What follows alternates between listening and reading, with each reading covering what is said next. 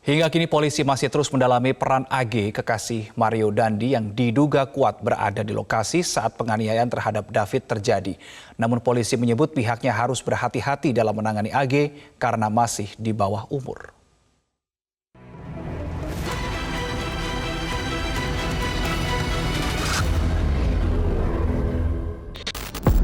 Kekasih Mario Dandi berinisial AG hingga kini masih ditetapkan menjadi saksi. Menurut kepolisian, dugaan keterlibatan AG termasuk peran dan kehadirannya saat penganiayaan terjadi pun masih didalami. Kepolisian mengaku kasus ini masih terkait pada sistem peradilan anak dan Undang-Undang Perlindungan Anak karena AG masih berusia 15 tahun yang secara hukum masih dikategorikan sebagai anak-anak.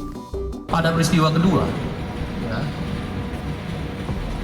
tentunya penyidik juga patuh dan taat pada sistem peradilan anak dan Undang-Undang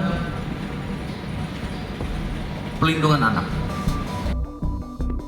Sementara itu, menurut pakar hukum pidana Hipnu Nugroho, dalam Undang-Undang Anak, AG bisa berpotensi dipidana, apalagi jika terbukti AG melakukan tindakan provokasi. AG ini kan juga berpotensi sebagai pelaku. Saya sepakat tadi bahwa dalam Undang-Undang Anak itu adalah setiap orang, bukan barang siapa. Setiap orang itu bisa anak dan bukan anak. Oleh karena itu AG ini akan dilihat nanti berpotensi nggak memberikan suatu provokasi, berpotensi nggak, perlu digali. Nah, penggalian ini memang perlu ada suatu pendampingan. Oleh karena itu dalam suatu peradilan ini ada dua kompetensi peradilan bukan anak dan kompetensi peradilan anak. Nah, sekarang kekhawatiran bagaimana kompetensi peradilan anak? Ya kalau memang anak, kan ada peradilan anak. Kalau memang sulit sekali, ada diversi, Pak. Jadi diversi itu peralihan peradilan yang melakukan suatu peradilan khusus anak atau mungkin dalam suatu kondisi di luar persidangan yang murni. Kalau kita lihat memang anak ya, tapi pikirannya sudah dewasa. Ini yang harus menjadikan suatu evaluasi ke depan dalam Undang-Undang Anak. 18 tahun itu sudah dewasa. Oleh karena itu dalam seperti ini, Mbak, tidak ada yang sulit.